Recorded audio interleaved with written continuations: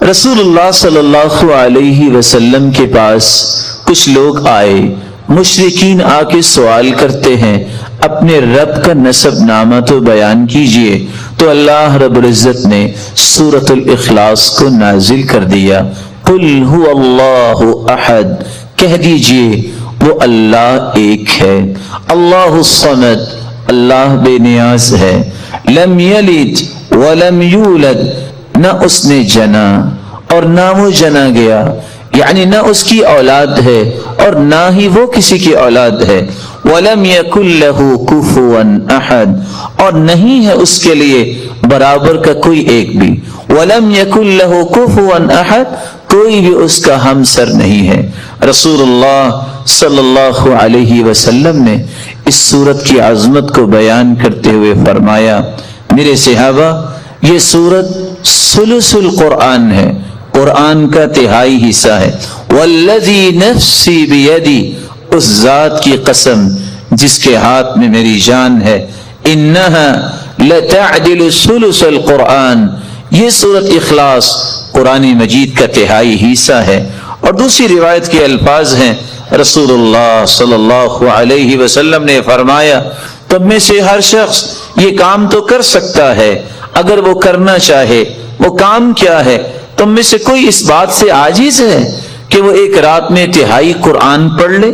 ایعجز احدکم ان یقرأ ثلث القرآن فی لیلہ فإنہ من قرأ قل هو اللہ احد اللہ الصمد فی لیلۃ فقد قرأ لیلتہ ثلث القرآن، جو رات کے وقت سورۃ الاخلاص کی تلاوت کر لیتا ہے گویا کہ اس نے قرآن کا تہائی حصہ پڑھ لیا۔ قرآن کے تہائی حصے کا معنی بیان کرتے ہوئے علماء نے یہ بھی لکھا ہے کہ قرآن مجید کے اندر 3 اساسی مقاصد بیان کیے گئے ہیں۔ اللہ کی توحید کو بیان کیا گیا، اللہ کے اوامر اور نواہی کو بیان کیا گیا، اللہ تعالیٰ کے پیارے پیغمبروں اور پھر ان کی قوموں کے اخبار و قصص کو بیان کیا گیا۔ تو سورۃ الاخلاص علم التوحید، توحید کا ایک مرکز ہے، توحید کی حقیقت کو کھولنے والی یہ سورت ہے۔ اس لیے رسول اللہ صلی اللہ علیہ وسلم نے فرمایا، جس شخص کی محبت سورت اخلاص سے ہوگی یہ محبت اسے جنت تک لے جائے گی۔ جامع ترمذی کی روایت ہے کہ ایک آدمی اللہ کے رسول صلی اللہ علیہ وسلم کے پاس آیا اور کہنے لگا، انی احب هذه السورہ، اللہ کے رسول صلی اللہ علیہ وسلم مجھے اس سورت سے بہت محبت ہے۔ کون سی سورت؟ قل هو اللہ احد، فقال ان حبک ایاہا یدخلک الجنہ، یاد رکھنا اس سورت کے ساتھ تیری محبت تمہیں جنت میں لے جائے گی۔ یہاں تک رسول اللہ صلی اللہ علیہ وسلم نے فرمایا، من قرأ قل هو اللہ احد 10 مرات بنى اللہ له بیتا فی الجنہ، جو شخص 10 مرتبہ سورۃ الاخلاص پڑھ لیتا ہے اللہ تعالیٰ اس کا جنت میں گھر بنا دیتے ہیں۔ یہی وجہ ہے رسول اللہ صلی اللہ علیہ وسلم نے فرمایا کہ سورۃ الاخلاص قرآن مجید کی بہترین سورت ہے۔ نعم السورتان ہما یقرآن فی الرکعتین قبل الفجر، قرآن مجید کی سب سے خوبصورت صورتیں جو فجر کی نماز سے پہلے 2 رکعتوں کے اندر پڑھی جاتی ہیں، قل یا ایھا الکافرون اور قل هو اللہ احد۔ بلکہ اس سورت کے الفاظ اللہ کے ہاں اتنا مقام رکھتے ہیں، ان الفاظ کے ساتھ اگر دعا کی جائے تو یہ اسم اعظم بن جاتا ہے، جو بھی دعا کی جائے اللہ اس دعا کو رد نہیں کرتے۔ رسول اللہ صلی اللہ علیہ وسلم کے صحابی بیان کرتے ہیں، میں رسول اللہ صلی اللہ علیہ وسلم کے ساتھ مسجد میں داخل ہوا، ایک شخص نماز پڑھ رہا تھا اور دعا کر رہا تھا، اللہم انی اسألک بأنی اشہد ان لا الہ الا انت الاحد الصمد الذي لم یلد ولم یولد ولم یکن له کفوا احد ان الفاظ کے ساتھ اس نے دعا کی تو اللہ کے رسول صلی اللہ علیہ وسلم فرمانے لگے والذی نفسی بیدی لقد سألہ باسمہ الاعظم الذی اذا سئل به اعطا واذا دعی به اجاب، اس ذات کی قسم جس کے ہاتھ میں میری جان ہے، اس شخص نے اسم اعظم کے ساتھ دعا کی، اور جو ان کلمات کے ساتھ دعا کرتا ہے، جو بھی سوال کرتا ہے اللہ رب العزت اسے عطا کر دیتے ہیں، جو بھی دعا کرتا ہے اللہ رب العزت اس کی دعا کو قبول فرماتے ہیں۔ بلکہ رسول اللہ صلی اللہ علیہ وسلم نے فرمایا جو سورۃ الاخلاص کی تلاوت کرتا ہے اللہ رب العزت اس کے گناہوں کو بھی معاف فرما دیتے ہیں۔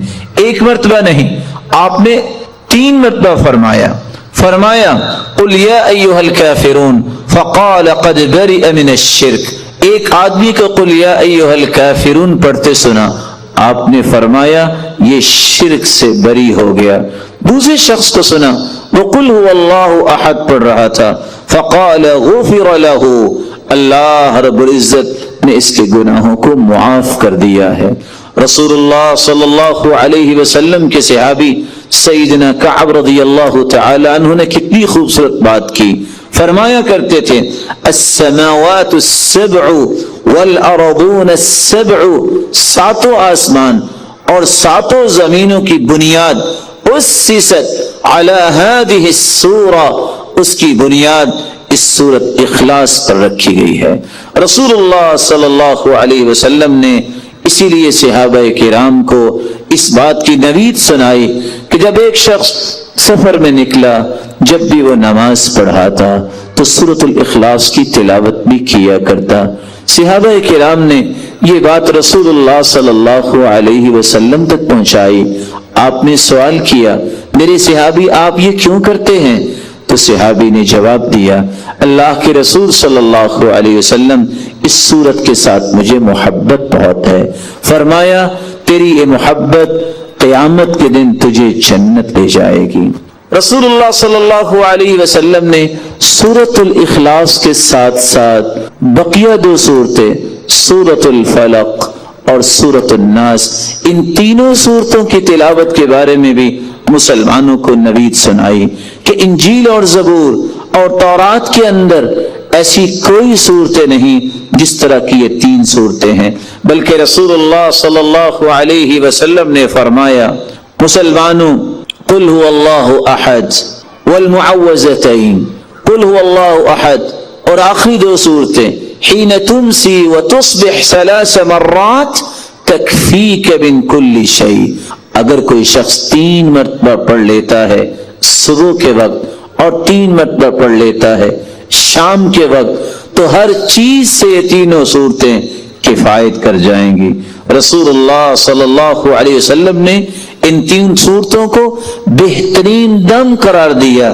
رسول اللہ صلی اللہ علیہ وسلم کی زوجہ مطہرہ صدیقہ بنت الصدیق حبیبۃ رسول اللہ صلی اللہ علیہ وسلم عائشہ رضی اللہ تعالی عنہ فرماتی ہیں ان النبی صلی اللہ علیہ وسلم كان اذا آوى الى فراشی، رسول اللہ صلی اللہ علیہ وسلم جب آرام کرنے کے لیے اپنے بستر کی طرف جاتے کل لیلہ، ہر رات جمع کفی، اپنے دونوں ہاتھوں کو جوڑتے، ثم نفس فیہما، پھر ان دونوں ہاتھوں میں پھونک مارتے، فقرأ فیہما، اور قرآن مجید کی یہ تلاوت کرتے قل هو اللہ احد وقل اعوذ برب الفلق وقل اعوذ برب الناس، ان تینوں صورتوں کی تلاوت کرتے، ثم يمسح بهما ما استطاع من جسدی، يبدأ بهما على رأسه ووجهه وما اقبل من جسدی، يفعل ذلك 3 مرات۔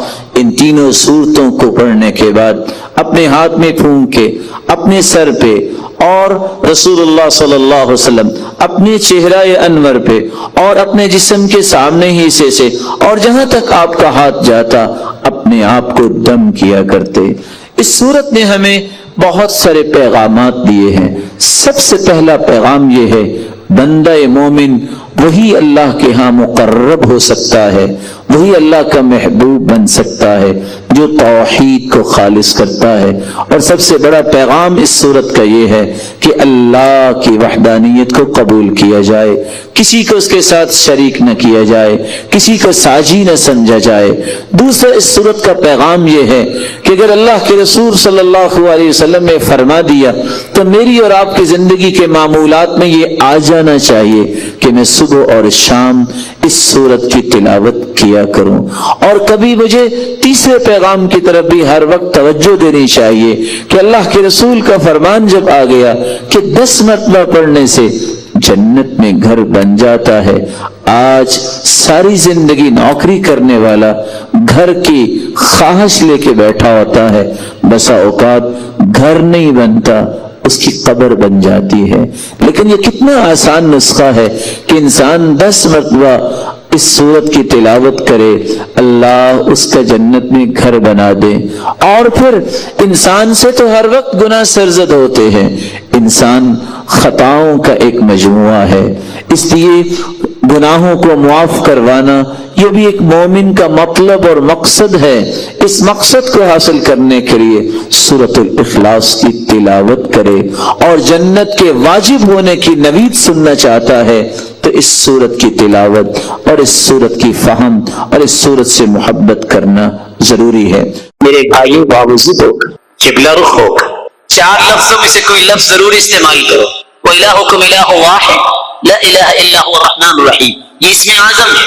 دوسرا لفظ الف لام میم، اللہ لا الہ الا هو الحی القیوم۔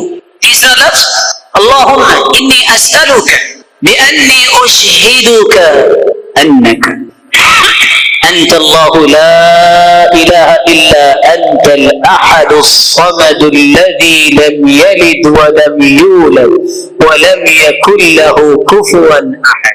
چوتھا لفظ اللهم لا إله إلا أنت المنان بديع السماوات والأرض ذا الجلال والإكرام۔ ان 4 لفظوں میں سے کوئی لفظ بھی بولو، حدیث کہتی اللہ کبھی تمہاری دعا کو رد کریں گے۔ اس میں اعظم ہے یہ، اذا دعی فاجاب واذا سئل فاعطى، جو مانگو گے عطا ہوگا، جو دعا کرو گے قبول ہوگی۔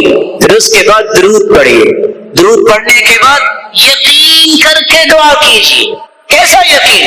ادعوا اللہ وانتم موقنون بالاجابہ، یقین ہوگا، یہ ناممکن میرے نزدیک ہے۔ ساری امیدوں کی ڈورے ڈاکٹر نے توڑ دی، کچھ نہیں ہوگا۔ لیکن یہ مخلوق ہے، میں بھی نہ، اور محترم ڈاکٹر صاحب بھی، فیصلہ اس کا ہونا ہے۔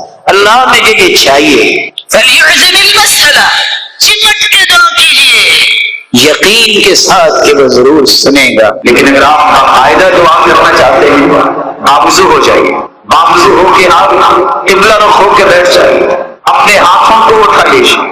ہاتھوں کو اٹھانے کے بعد اللہ عزوجلال کی کثرت سے تعریف کیجیے، اور اللہ عزوجلال کی کثرت سے تعریف کرنے کے ساتھ ساتھ اپنے گناہوں کا اعتراف کیجیے، اقرار کیجیے۔ اللہ میں مانتا ہوں مجھ سے غلطی ہوگی، چاہتے نہ چاہتے اللہ کے سامنے جو اعتراف کر لیتا ہے، اللہ عزوجلال اسے معاف کر۔ پھر ان کلمات کو تلاش کرو جو کلمات اللہ کے رسول نے سکھائے ہیں، جن کو اسم اعظم کہتے ہیں۔ اسم اعظم کے ساتھ کی گئی دعا رد نہیں ہوتی۔ وہ کون سے کلمات ہیں اسم اعظم کے؟ اللہم انی اسألک بأنی اشہدک انک لا الہ الا انت الاحد الصمد الذي لم يلد ولم يولد ولم يكن له كفوا احد، یہ بھی اسم اعظم۔ دوسرا اسم اعظم اللہم لا الہ الا انت المنان بدیع السماوات والارض یا ذا الجلال والاکرام، یہ بھی اسم اعظم۔ پہلی ابو داؤد کی روایت اور یہ جامع ترمذی کی۔ اور تیسرا اسم اعظم اللہم انی اسألک بأن لک الحمد لا الہ الا انت وحدک لا شریک لک المنان بدیع السماوات والارض ذو الجلال والاکرام، یہ بھی اسم اعظم۔ سنن ابن ماجہ کی روایت۔ اور سب سے آسان اگر یاد نہیں ہو رہا وإلهكم إله واحد لا إله إلا هو الرحمن الرحيم. یہ بھی اسم اعظم. اگر آپ کو یہ بھی مشکل لگتا ہے الف لام میم اللہ لا الہ الا هو الحی القیوم، ان پانچوں اسم اعظم میں سے کوئی کلمہ ضرور اختیار کریں. اس کے بعد پھر رسول اللہ صلی اللہ علیہ وسلم پہ درود بھیجیں، اور درود بھیجنے کے بعد سب سے پہلے اپنے لیے دعا کریں. دعا کرتے وقت ایک بات کو 3 مرتبہ ضرور کہیں. آپ صلی اللہ علیہ وسلم کا طریقہ تھا كان اذا دعا دعا ثلاثا واذا تكلم تكلم ثلاثا. جب بھی آپ دعا کرتے تو 3 مرتبہ دعا کرتے، اور دعا میں زور پیدا کریں. یہ نہ کہیں اللہ اگر تو چاہتا ہے تو دے دے، نہیں انہ لا مستکرہ، اللہ کے فیصلوں کو تو روکنے والا ہے. یہ کہو کہ اللہ مجھے دے، کثرت سے یہ بات کہیں. آپ اپنے رب سے مانگ رہے ہیں، اس کے فیصلوں کو کوئی روکنے والا نہیں ہے. مت کہیے کہ اللہ اگر آپ چاہتے ہیں تو دے دے، نہیں، اس یقین کے ساتھ دعا کیجیے یا اللہ مجھے یہ چاہیے اور میں نے لے کے ہی جا. رسول اللہ صلی اللہ علیہ وسلم نے سورۃ الفاتحہ کے بارے میں کتنی خوبصورت باتیں بیان کی. سب سے پہلی بات رسول اللہ صلی اللہ علیہ وسلم نے فرمایا والذی نفسی بیدی، قسم ہے اس ذات کی جس کے ہاتھ میں میری جان ہے، ما انزل فی التوراۃ ولا فی الانجیل ولا فی الزبور ولا فی الفرقان مثلها یعنی القرآن وإنها لسبع من المثانی والقرآن العظیم الذي اعطیته. اللہ تعالیٰ نے آسمانی اور الہامی کتابوں میں سے نہ تو تورات میں ایسی صورت نازل کی، نہ انجیل میں ایسی صورت نازل کی، نہ ہی زبور میں ایسی کوئی صورت نازل کی، اور نہ ہی قرآن مجید میں ایسی صورت ہے جیسی اللہ تعالیٰ نے سورۃ الفاتحہ کو نازل کر کے اپنی مخلوق پر انعام کیا ہے. یہ 7 آیتیں بار بار پڑھی جانے والی ہیں. یہ ام القرآن بھی ہے، قرآن مجید کی ماں کا درجہ اس کو دیا گیا. ام الکتاب بھی ہے، یہ کتاب اللہ کی ماں کا درجہ دیا گیا اس کو. رسول اللہ صلی اللہ علیہ وسلم نے ایک دوسری روایت میں فرمایا کہ سورۃ الفاتحہ یہ ایک بے مثال نور ہے، ایک ایسی روشنی ہے. سیدنا عبداللہ ابن عباس رضی اللہ تعالی عنہ بیان کرتے ہیں بینما جبریل قاعد عند النبی صلی اللہ علیہ وسلم سمع نقیضا من فوقه فرفع رأسه فقال. رسول اللہ صلی اللہ علیہ وسلم کے پاس جبریل امین تشریف فرما تھے. اچانک سے ایک آواز آئی. رسول اللہ صلی اللہ علیہ وسلم نے اپنا سر مبارک اٹھایا اور پوچھا یہ آواز کیسی ہے؟ تو جبریل امین نے جواب دیا هذا باب من السماء فتح اليوم لم يفتح قط الا اليوم. آسمان کا یہ وہ دروازہ کھلا ہے جو آج تک نہیں کھلا تھا. فنزل منه ملک، اور اس دروازے سے ایک فرشتہ زمین کی طرف اترا ہے. فقال هذا ملک نزل الى الارض لم ينزل قط، پہلے نہیں اتارا گیا یہ فرشتہ الا اليوم، آج ہی اس کو اترنے کا حکم دیا گیا. فسلم، اور اس فرشتے نے اتر کر سلام کہا. وقال ابشر بنورین، اے اللہ کے محبوب 2 روشنیوں کے لیے، 2 روشنیاں اور 2 نوروں کے ساتھ آپ کو خوشخبری دینے آیا ہوں. اوتیتہما لم یؤتہما نبی قط قبلک، ایسے نور جو آپ سے پہلے کسی نبی کو عطا نہیں کیے گئے. فاتحۃ الکتاب ایک سورۃ الفاتحہ ہے، وخواتیم سورۃ البقرہ، اور سورۃ البقرہ کی آخری آیات ہیں. لن تقرأ بحرف منہما الا اعطیت، سورۃ البقرہ کی آخری آیتیں اور سورۃ الفاتحہ کا کوئی بھی حرف آپ پڑھیں تو اللہ رب العزت اس ایک ایک حرف کے بدلے عطائیں کرتے ہیں. اور یہ روایت صحیح ترغیب میں موجود. بلکہ رسول اللہ صلی اللہ علیہ وسلم نے اس سورت کی عظمت کو بیان کرتے ہوئے صحابہ کرام کو کتنی خوبصورت بات سمجھائی. صحیح بخاری کا وہ واقعہ کتنا مشہور ہے کہ جب صحابہ کرام بنی سلیم کے قبیلے میں پہنچے، جب پتہ چلا ایک آنے والی عورت نے بتایا کہ ہمارے قبیلے کے سردار کو بچھو نے کاٹ لیا ہے، کیا آپ کے پاس کوئی ایسا شخص ہے جو شخص دم کر سکتا ہو؟ تو رسول اللہ صلی اللہ علیہ وسلم کے ایک صحابی جنہوں نے صرف سورۃ الفاتحہ تلاوت کی اور اس کو دم کر دیا، رسول اللہ صلی اللہ علیہ وسلم کے اس صحابی نے اس سورۃ الفاتحہ کو پڑھنے کے بعد جب دم کیا تو وہ شخص ایسی شفا کی طرف چلا گیا، وَكَأَنَّمَا نُشِطَ مِنْ عِقَالٍ، جیسے کوئی گرہ باندھی ہو کھول دی جائے۔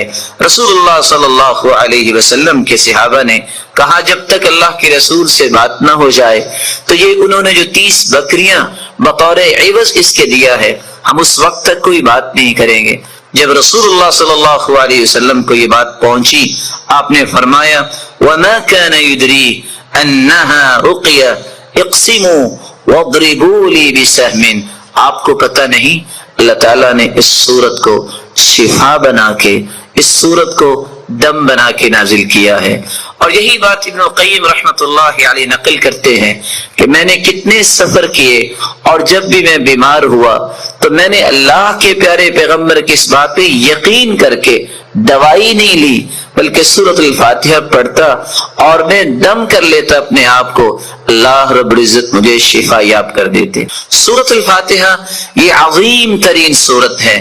رسول اللہ صلی اللہ علیہ وسلم کے صحابی سیدنا ابو سعید بن معلی بیان کرتے ہیں مر بی النبی صلی اللہ علیہ وسلم وانا اصلی، اللہ کے رسول صلی اللہ علیہ وسلم میرے پاس سے گزرے، میں نماز پڑھ رہا تھا، مجھے انہوں نے آواز دی، میں نے سلام پھیرا اور سلام پھیرنے کے بعد اللہ کے رسول صلی اللہ علیہ وسلم کی خدمت اقدس میں حاضر ہوا۔ آپ نے فرمایا میں نے آپ کو آواز دی، الم یقل اللہ یا ایھا الذین آمنوا استجیبوا للہ وللرسول، آپ نے اللہ کا یہ کلام نہیں سنا کہ جب اللہ اور اس کے رسول کی بات ہو تو اس بات کو فوراً مانو، لبیک کہو۔ کہا اللہ کے رسول صلی اللہ علیہ وسلم میں نماز پڑھ رہا تھا۔ پھر اللہ کے رسول صلی اللہ علیہ وسلم نے فرمایا الا اعلمک اعظم سورۃ فی القرآن قبل ان اخرج، کیا میں تمہیں قرآن مجید کی سب سے عظیم سورت نہ سکھا دوں اس سے پہلے کہ تم مسجد سے نکل جاؤ، اپنے گھر کو لوٹ جاؤ؟ میں نے کہا کیوں نہیں؟ تو رسول اللہ صلی اللہ علیہ وسلم نے جو سورت سکھائی، جو قرآن مجید کی عظیم ترین سورت ہے، اس سورۃ الفاتحہ کی تعلیم دی۔ یہی وجہ ہے رسول اللہ صلی اللہ علیہ وسلم نے یہ فیصلہ سنا دیا، کاش اس فیصلے کو بھی امت مان لے، لا صلاۃ لمن لم یقرأ بفاتحۃ الکتاب، جو شخص نماز کے اندر سورۃ الفاتحہ نہیں پڑھتا اس کی نماز نہیں ہوتی، جیسا کہ صحیح بخاری کی روایت ہے۔ اور صحابی تو بیان کرتے ہیں عبادہ بن صامت رضی اللہ تعالی عنہ کہ فجر کی نماز ہم نے پڑھی اللہ کے رسول صلی اللہ علیہ وسلم کے پیچھے، جب رسول اللہ صلی اللہ علیہ وسلم قرآن کی تلاوت کر رہے تھے، فثقلت علیہ القراءۃ، قرات آپ پہ بوجھل ہوئی، رسول اللہ صلی اللہ علیہ وسلم نے سلام پھیرا اور سوال کیا لعلکم تقرؤون خلف امامکم، کیا تم امام کے پیچھے بھی پڑھتے ہو؟ تو صحابہ کرام نے کہا جی ہاں۔ تو رسول اللہ صلی اللہ علیہ وسلم نے فرمایا لا تقرؤوا لا تفعلوا كما في روایت اخرى، دوسری روایت کے الفاظ ہیں لا تفعلوا الا بفاتحة الكتاب، امام کے پیچھے کھڑے ہو کر تم صرف سورۃ الفاتحہ پڑھا کرو، فإنه لا صلاة لمن لم يقرأ بها، کیونکہ سورۃ الفاتحہ پڑھنے کے بغیر نماز نہیں ہوتی۔ یہ ایسی خوبصورت اور ایسی مبارک صورت ہے جو اللہ اور اس کی مخلوق کے درمیان مکالمے کا ایک خوبصورت جوہر ہے، ایسا گوہر ہے انسان الحمدللہ رب العالمین کہتا ہے تو اللہ رب العزت فرماتے ہیں حمیدنی عبدی، میرے بندے نے میری حمد و توصیف بیان کی۔ جب بندہ مومن الرحمن الرحیم کہتا ہے تو اللہ رب العزت فرماتے ہیں اثنى علی عبدی، میرے بندے نے میری تعریف کی ہے۔ جب بندہ مومن یہ کہتا ہے مالک یوم الدین تو اللہ رب العزت فرماتے ہیں مجدنی عبدی، میرے بندے نے میری بزرگی بیان کی ہے۔ جب انسان بندہ مومن یہ کہتا ہے ایاک نعبد و ایاک نستعین، تو اللہ رب العزت فرماتے ہیں ھذا بینی و بین عبدی ولعبدی ما سأل، یہ میرے اور میرے بندے کے درمیان ہے، جو کچھ بھی میرا بندہ مانگے گا میں اسے عطا کروں گا۔ تو اللہ رب العزت کے ساتھ ہم کلام ہونے کا یہ خوبصورت ذریعہ ہے۔ تو آئیے اس سورت کی طرف چلتے ہیں اور اس کے معنی کو سمجھنے کی کوشش کرتے ہیں۔ بسم اللہ الرحمن الرحیم، الحمد للہ رب العالمین۔ الحمد، تمام تعریفیں، للہ، اللہ کے لیے ہیں، رب العالمین، جو تمام جہانوں کا رب ہے، الرحمن الرحیم، جو بہت مہربان ہے، الرحیم، نہایت رحم کرنے والا ہے، مالک یوم الدین، مالک ہے یوم الدین، بدلے کے دن کا، جزا کے دن کا۔ ایاک نعبد و ایاک نستعین، ایاک نعبد، ہم عبادت کرتے ہیں صرف تیری ہی، و ایاک نستعین، اور ہم مدد چاہتے ہیں صرف تیری ہی اے اللہ۔ اہدنا الصراط المستقیم، ہدایت دے ہمیں، الصراط المستقیم، سیدھے راستے کی، صراط الذین انعمت علیہم، راستہ ان کا جن پر تو نے انعام کیا، غیر المغضوب علیہم، نہ کہ ان کا راستہ جن پر غضب کیا گیا، ولا الضالین، اور نہ ان کا راستہ جو گمراہ ہوئے۔ رسول اللہ صلی اللہ علیہ وسلم کے فرامین کی روشنی میں اس سورت کی 5 باتیں ہمیں یاد رکھنی چاہیے۔ جب رسول اللہ صلی اللہ علیہ وسلم نے فرما دیا کہ سورۃ الفاتحہ کے بغیر نماز نہیں ہوتی، تو بندہ مومن کو یہ یقین کر لینا چاہیے، آپ کو 10 دلائل کوئی پیش کر دے، آپ کو 10 کو دلائل پیش کر دے، جب تک سورۃ الفاتحہ آپ نہیں پڑھ لیتے کبھی بھی اس بات پہ اطمینان نہ کیجیے گا کہ میری نماز مکمل ہوئی ہے یا نہیں۔ مکمل اس وقت ہوگی جب سورۃ الفاتحہ کی تلاوت کی جائے گی۔ رسول اللہ صلی اللہ علیہ وسلم کے فرامین کی روشنی میں دوسرا پیغام میرے اور آپ کے لیے یہ ہے کہ یہ سورت شفا ہے، یہ سورت دم ہے، اپنے آپ کو بھی اور اپنی اولاد کو بھی دم کیا کرے، اور اس کے لیے سورۃ الفاتحہ سے بڑھ کر کوئی نسخہ کیمیا، کوئی تریاق نہیں۔ تیسرا پیغام اس سورت کا جو مجھے اور آپ کو سمجھنا ہے کہ اللہ کی تعریف اللہ کو بہت پسند ہے۔ یہی وجہ ہے عبداللہ ابن عباس رضی اللہ تعالی عنہ فرمایا کرتے تھے الحمدللہ، ہر شکر کرنے والے کی زبان کا یہ وقیرہ ہے۔ الحمدللہ، سب سے پہلے آدم علیہ السلام نے جو کلمہ اللہ نے جب انہیں پیدا کیا، روح ڈالی، تو سب سے پہلا کلمہ جو ان کی زبان پہ آیا وہ الحمدللہ تھا۔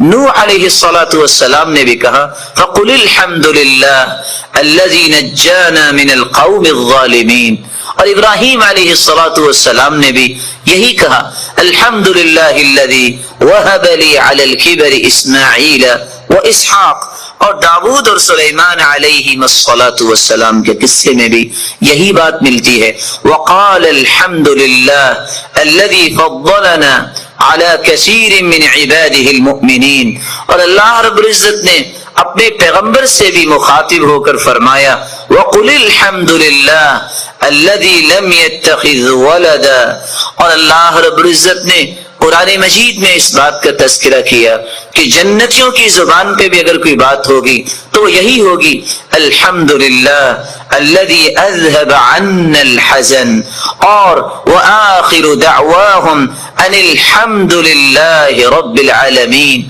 اور حدیث یہ بتاتی ہے اول من یدعى الى الجنہ الحمدون، سب سے پہلے اگر جنت کی طرف کسی کو آواز دی جائے گی، بلایا جائے گا، تو وہ لوگ ہوں گے الحمدون جو اللہ کی تعریفی کرنے والے ہیں۔ اور اللہ کے رسول صلی اللہ علیہ وسلم کو قیامت کے دن جو جھنڈا دیا جائے گا لواء الحمد، وہ اللہ کی تعریف کا پرچم ہوگا۔ آدم فمن سواہ تحت لوائی، رسول اللہ صلی اللہ علیہ وسلم نے فرمایا آدم سے لے کر قیامت تک آنے والی آدمیت بشمول انبیاء اور انسانیت میرے اس پرچم تلے ہوگی، اور اللہ کے رسول صلی اللہ علیہ وسلم کو مقام محمود عطا کیا جائے گا۔ اللہ کی تعریف یہ اللہ کو بہت پسند ہے، اور اس بات کو سمجھانے کے لیے میں ایک اور حدیث پیش کرنا چاہوں گا۔ رسول اللہ صلی اللہ علیہ وسلم کے صحابی بیان کرتے ہیں، قیامت کو جو ترازو قائم کیا جائے گا، جس ترازو میں نیکیاں اور برائیاں ان کا وزن ہوگا، اتنا بڑا ترازو ہوگا، لو وضعت السماوات والارض ومن فیہن فی کفہ لوسعتہن، اگر ساتوں آسمان اور ساتوں زمینیں اس ترازو کے ایک پلڑے میں رکھ دیے جائیں تو ایک پلڑا بھی بھرے گا نہیں۔ لیکن اللہ کی تعریف کا کلمہ صحیح مسلم کی روایت کی روشنی میں والحمدللہ تملأ المیزان، جو اللہ کے فیصلوں پر خوش ہو کر اللہ کی تعریف کرتے ہوئے یہ کلمہ اپنی زبان پہ لے آتا ہے الحمدللہ، تو اس مبارک کلمے کی وجہ سے قیامت کے دن میزان کے دونوں پلڑے نیکیوں سے بھر جائیں گے، جبکہ ایک پلڑا 14 کے 14 طبق رکھ دینے سے بھی بھرے گا نہیں۔ اللہ رب العزت ہمیں اللہ کی کثرت سے تعریف کرنے اور اس کے ذکر کرنے کی توفیق عطا فرمائے۔ چوتھی نصیحت اور چوتھا پیغام اس سورت کا یہ ہے کہ ہم نماز کی ہر رکعت میں جب یہ کہتے ہیں ایاک نعبد و ایاک نستعین، اللہ تیری ہی عبادت کرتے ہیں اور مدد بھی تجھ ہی سے مانگتے ہیں، تو پھر کسی بندہ مومن کو اس بات کو بھلانا نہیں چاہیے۔ وہ زندگی کے ہر حصے میں یہی کہے میرا رکوع، میرا قیام، میرا سجدہ، میری دعا، میری نظر و نیاز اور میرا توکل، میری انابت، میرا رجوع، ہر وہ چیز جو عبادت بن سکتی ہے وہ صرف ایک اللہ کے لیے ہے، اس کو بھلائے نہیں، اور مدد مانگتے وقت بھی اس حدیث کو بھی نہ بھلائے اور اس اقرار کو بھی نہ بھلائے فَإِذَا اسْتَعَنْتَ فَاسْتَعِنْ بِاللَّهِ، جب بھی تم مدد طلب کرو تو اللہ سے مدد طلب کیا کرو۔ پانچواں پیغام جو بالکل بھلانے والا نہیں، اور یہ بہت خوبصورت پیغام ہے اس سورت کا، کہ جب ہم مانگتے اللہ تعالیٰ سے یہ ہیں کہ اللہ ہمیں صراط مستقیم نصیب فرما، اور یہ وہ صراط مستقیم ہے جو اللہ تعالیٰ نے اپنے انعام یافتہ لوگوں کو عطا کیا، اور انعام پانے والے لوگ کون ہیں؟ اولئک الذین انعم اللہ علیہم من النبیین والصدیقین والشہداء والصالحین۔ وہ انبیاء کا راستہ ہم مانگتے ہیں، صدیقین کا راستہ مانگتے ہیں، شہداء کا راستہ مانگتے ہیں، صالحین کا راستہ مانگتے ہیں۔ وحسن اولئک رفیقا، ان سے بڑھ کے خوبصورت رفاقت کس کی ہو سکتی ہے؟ اتنی سعادت کہ ہم مانگتے ہیں اے اللہ قیامت کے دن انبیاء کی صف میں ہمیں بھی کھڑا فرما، شہداء، صالحین اور نیک لوگوں کا ساتھ نصیب فرما، لیکن ساتھ اس بات کا مطالبہ کرتے ہیں اللہ ہمیں یہودیوں کا راستہ، عیسائیوں کا راستہ، مغضوب علیہم یہود ہیں، الضالین عیسائی ہیں، وہ لوگ جن پہ اللہ کا غضب ہوا کیونکہ انہوں نے اللہ کی کتاب کو ٹھکرا دیا اور علم سیکھنے سے ہی اپنے آپ کو دور رکھا۔ عیسائیوں کو کیوں ضالین کہا گیا؟ یہ کیوں گمراہ ہیں؟ پڑھنے کے باوجود انہوں نے عمل کرنا پسند نہیں کیا، اس لیے ہم راستہ مانگتے ہیں اللہ تعالیٰ سے انبیاء اور شہداء اور صالحین اور صدیقین کا، جن کو علم سے محبت تھی، جن کو اللہ کا تقرب حاصل کرنے کا ذوق اور شوق تھا۔ یہی وجہ ہے کہ حکم آ گیا کہ جب تم